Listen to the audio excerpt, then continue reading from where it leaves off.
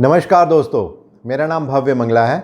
मैं IATF qualified auditor हूँ। पिछले 18 सालों से ऑटोमोटिव सेक्टर में ऑडिट कर रहा हूँ। एक और बेहतरीन टॉपिक में लेके आया हूँ कि FME का जो फर्स्ट एडिशन है, इसमें 7 स्टेप्स हैं। उसका जो पहला स्टेप है प्लानिंग एंड प्रिपरेशन, वो किस तरह से डिफरेंट है FME का जो फोर्थ पिछला एडिशन है, वहाँ पर जो पहला स्टेप है किस तरह से उसमें डिफरेंसेस है, उसके बारे में आपसे बात करने वाला हूँ। तो अगर मैं प्लानिंग एंड प्रिपरेशन की बात करता हूँ तो एक बहुत आसान तरीके से कहा जाए कि अगर किसी घर में कोई बच्चा है और वो शादी लायक हो रहा है, तो सबसे पहले इस बात के बारे में डिसीज़न होता है कि भाई शादी करनी भी या नहीं करनी, और अगर करनी है तो लड़के से करनी है लड़की से करनी है, कब करनी है, क्या वो अरेंज मैरिज होगी या वो लव मैरिज होगी, किस तरह की प्रिपरेशन करनी है, क्या वो डेस्टिनेशन वेडिंग होगी या बिल्कुल 10-15 लोग मिल के कोर्ट मैरिज करने वाले हैं, किस डेट में होगी। ये सारा का सारा काम प्लानिंग का होता है जो कि किसी भी एक शादी में किया जाता है। कुछ इसी तरह का काम ये जो FMA का फर्स्ट एडिशन है, जो स्टेप 1 है प्लानिंग एंड प्रिपरेशन, यहाँ भी इसी के बारे में बात करने वाला हूँ। तो ओवरऑल अगर मैं आपको बताऊं कि आज मैं क्या कवर करने वाला हूं, तो सबसे पहले तो स्टेप 1 प्लानिंग एंड प्रिपरेशन क्या है, इसके अलावा FMA की कौन से 7 स्टेप्स हैं उसके बारे में बात करूंगा, FMA क्या है उसके बारे में बात की जाएगी, किस तरह से डिफरेंट है with respect to FMA fourth edition जहां पर प्लानिंग के बारे में बात की गई है, और क्या इंडस्ट्री के चैलेंजेस हैं विद रिस्पेक्ट टू दैट। तो सबसे पहले शुरू करते हैं FMA की बेसिक डेफिनेशन से कि FMA है क्या। जो FMA है वो एक टीम ओरिएंटेड, सिस्टमेटिक, क्वालिटेटिव और एनालिटिकल मेथड है आइडेंटिफाई करने का, एनालाइज करने का और मिटिगेट करने का क्या टेक्निकल रिस्क हो सकते हैं with respect to product and manufacturing process. FMA के बारे में एक बहुत इंपॉर्टेंट बात है कि FMA एक लाइव डॉक्यूमेंट है और एक बिफोर द इवेंट है, आफ्टर द इवेंट नहीं है।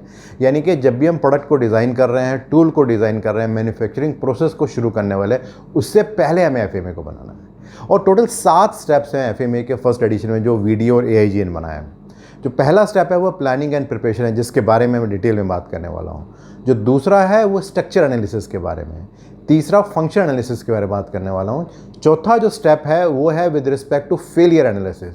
पांचवा रिस्क एनालिसिस के बारे में बात करता है। छठा बात करता है विद रिस्पेक्ट टू ऑप्टिमाइजेशन, और जो सातवां और आखिरी है वो बात करता है with respect to recommendation and documentation.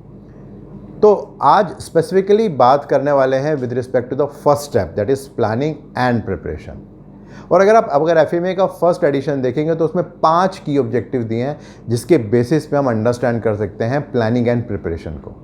तो जो उसका सबसे पहला जो ऑब्जेक्टिव है वो बात करता है with respect to project identification and boundaries.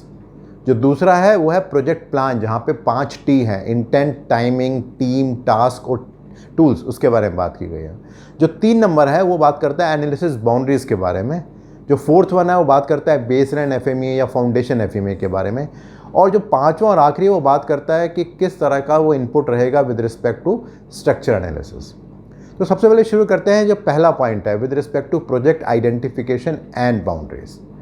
और इसमें भी अगर इसको बाइफरकेट करें 2 पार्ट में, आइडेंटिफिकेशन एंड बाउंड्रीज। तो जब हम आइडेंटिफिकेशन की बात करते हैं, जो की बातें हैं जिनको हमें आइडेंटिफाई करना है FMA शुरू करने से पहले, तो उनमें से अगर कुछ बात करेंगे तो वो है कि हमें क्या इवेलुएट करना है।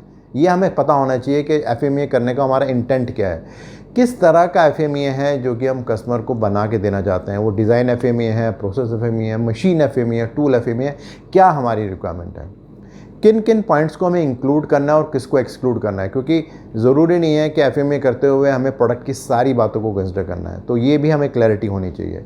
देन क्या कोई नई रिक्वायरमेंट है, कोई नई टेक्नोलॉजी है, जैसे आजकल हम EV की बात करते हैं, क्या इस तरह की कोई ऐसी बात है जिसको हमें इंक्लूड करना है, उसको हमें समझने की ज़रूरत है। देन ये बहुत देखना ज़रूरी है कि जो FMA बना रहे हैं ये कस्टमर की रिक्वायरमेंट है, उसके लिए बनाना है, तो हो सकता है कस्टमर के मैनुअल को भी रेफ़र करना पड़े, या इंडिविजुअली ऑर्गेनाइजेशन की अपनी रिक्वायरमेंट है उसके लिए इसको बनाना चाहते हैं। फिर ये भी क्लैरिटी होनी चाहिए कि FMA बनाते हुए कि हमें डिज़ाइन FMA बनाना है या सिर्फ प्रोसेस FMA बनाना है। क्योंकि हो सकता है कि अगर डिज़ाइन कस्टमर से आ रहा है तो हमें डिज़ाइन FMA बनाने की ज़रूरत नहीं है।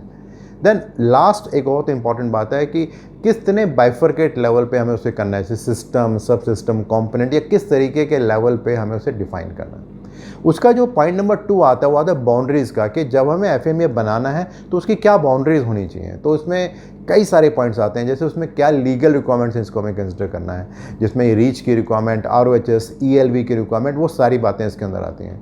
देन कौन कौन सी कस्टमर की रिक्वायरमेंट हैं, या कौन सी ऐसी स्पेसिफिक चीज़ें हैं, जैसे एरर प्रूफिंग की बात कर रहे हैं, क्वालिटी फंक्शन डिप्लॉयमेंट की बात कर रहे हैं, या कोई फील्ड रिटर्न है, वारंटी की पॉलिसी है, वो सब भी इनपुट रहता है। दैन इसके अलावा जो कस्टमर से हमें ड्राइंग्स आती हैं, जो boundary diagram, parameter diagram, bill of material जो हम बनाते हैं, वो भी एक की इनपुट रहता है, जिसके बेसिस में हमें पता लगता है कि हमारी क्या बाउंड्रीज रहेंगी। इसके अलावा जो पहले का जो एफएमई हमने जो बनाया था, या कोई टेक्नोलॉजी में कोई नयापन आया है, या कोई डिज़ाइन की कोई कॉम्प्लेक्सिटी इस तरह की है जिसको हमें समझना है, कोई सेफ्टी की स्पेसिफिक रिक्वायरमेंट है जिसको विशेष हमें ध्यान रखना है एफएमई करते हुए। आजकल इंटरनेट और साइबर सिक्योरिटी बहुत इंपॉर्टेंट हो गया है, क्या उस एस्पेक्ट को भी हमें कंसिडर करना है। और इसके अलावा और भी कुछ अलग इंस्पेक्ट हो सकते हैं with respect to incoming inspection, reworking, repair का क्या प्रोसेस है, लेबलिंग, स्टोरेज की क्या रिक्वायरमेंट है। वो सारी बाउंड्रीज़ हैं जिसके बेसिस पे हम डिसाइड करते हैं कि क्या प्रोजेक्ट की आइडेंटिफिकेशन एंड बाउंड्रीज रहेंगी। जो सेकंड ऑब्जेक्टिव आता है वो आता है with respect to project planning, कि अब हमें जो प्रोजेक्ट की प्लानिंग करनी है वो किस तरह से करनी है। तो उसके 5 टी हैं। जो 5 टी हैं उनमें जो पहला है वो है इंटेंट, यानी कि हम क्यों बना रहे हैं एफएमई, क्या पर्पज़ है, क्या ऑब्जेक्टिव है हमारा इसको बनाने का। देन टाइमिंग, कि कब इसे बनाना है, क्योंकि एफएमई हमें बनाना है जब भी हम प्रोडक्ट को डिज़ाइन कर रहे हैं या प्रोसेस को डिज़ाइन कर रहे हैं, तो उससे पहले हमें शुरू करना है और ख़त्म भी करना है। तो टाइमिंग बहुत इंपॉर्टेंट है। देन टीम, जो एक क्रॉस फंक्शनल टीम की हम बात करते हैं कि जो काम करती है, तो किस किस प्रोसेस के लोग रहेंगे और उनका क्या लेवल रहेगा, क्या डेजिग्नेशन रहेगा, जिससे कि वो सही इन्फॉर्मेशन हमें दे पाएँ, वो भी इंपॉर्टेंट है।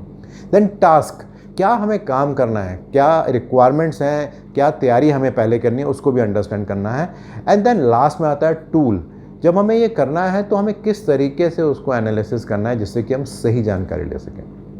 जो तीसरा जो स्टेप आता है वो आता है बेसलाइन एफएमई। जब हम बेसलाइन एफएमई की अगर बात करते हैं तो हमारा इंटेंट ये है कि ऐसा तो नहीं होगा कि कंपनी पहली बार ही एफएमई बना रही, तो हो सकता है पहले कोई एफएमई बना हो, वो एक रेफरेंस इनपुट हो सकता है। बहुत सी ऑर्गेनाइजेशन में क्या होता है कि एक जेनरिक एफएमई बनाया जाता है, तो उसको भी हम यूज़ कर सकते हैं। कई बार कुछ बहुत सारे लेसन हमने लर्न किए होते हैं, उनको भी हम कंसिडर कर सकते हैं। या कई बार हम फैमिली एफएमई बनाते हैं, जो प्रोसेस इंडस्ट्री होती है वहाँ पे एक ही तरह का प्रोसेस थ्रू आउट चलता है, तो वो भी एक इनपुट हो सकता है जहाँ पे हम कुछ नई रिक्वायरमेंट या टेक्नोलॉजी को ऐड कर सकते हैं। देन जो चौथी रिक्वायरमेंट है, जो चौथा ऑब्जेक्टिव है, वो है एफएमई हेडर।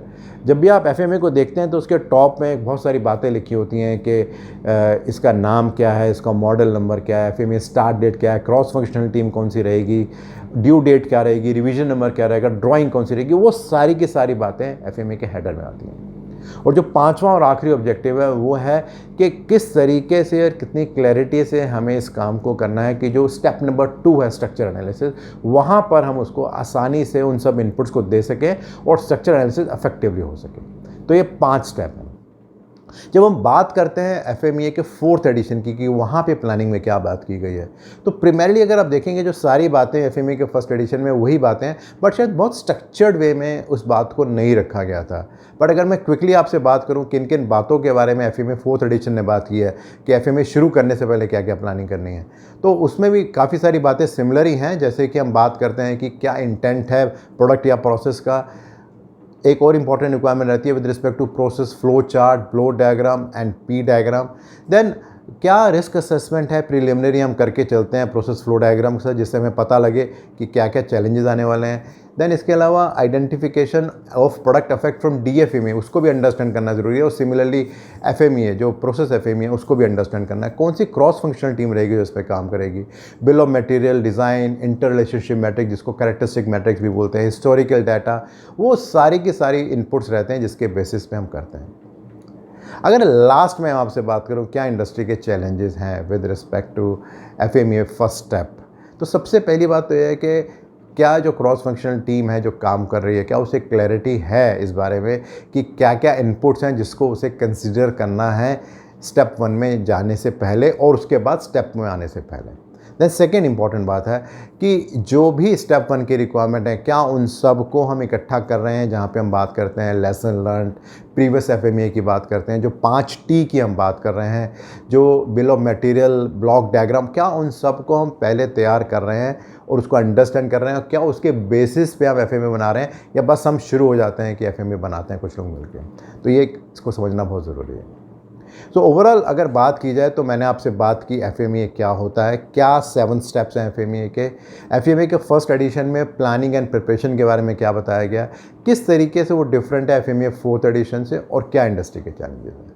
मेरा जो अगला वीडियो रहेगा वो भी FMEA की सीरीज़ में ही रहेगा, और वो 7वें स्टेप के बारे में बात करने वाला है कि क्या रिकमेंडेशंस और क्या डॉक्यूमेंटेशन होती हैं 7 स्टेप में, और किस तरीके से वो डिफरेंट है FMEA के 4th एडिशन से। रेगुलरली बहुत सारे फीडबैक्स आ रहे हैं आपके, और मुझे हेल्प कर रहे हैं अंडरस्टैंड करने के लिए आपकी क्या एक्सपेक्टेशन है। सो प्लीज़ उसको आप कंटिन्यू कीजिए। और इन केस अगर आप अंडरस्टैंड करने चाहते हैं इस पर्टिकुलर वीडियो को और डिटेल में, तो नीचे एक आपको लिंक मिलेगा, उसे आप क्लिक करेंगे तो एक ब्लॉग है, वहाँ पर और डिटेल में आपको जानकारी मिलेगी। और अगर आपको इस तरह के वीडियोज़ और ब्लॉग्स अच्छे लग रहे हैं तो अपने फ्रेंड से शेयर भी कर सकते हैं, और मेरे YouTube चैनल और मेरी वेबसाइट bhavyamangla.com को सब्सक्राइब भी कर सकते हैं। धन्यवाद।